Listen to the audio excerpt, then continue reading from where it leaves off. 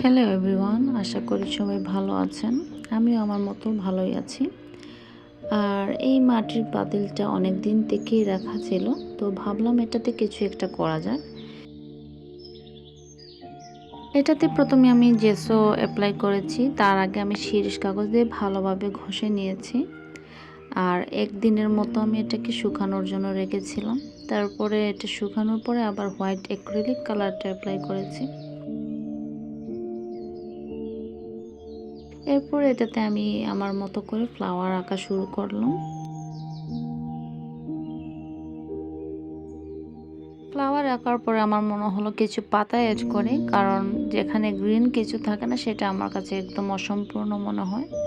তো আমি বেশ কিছু পাতা অ্যাড করে নিলাম।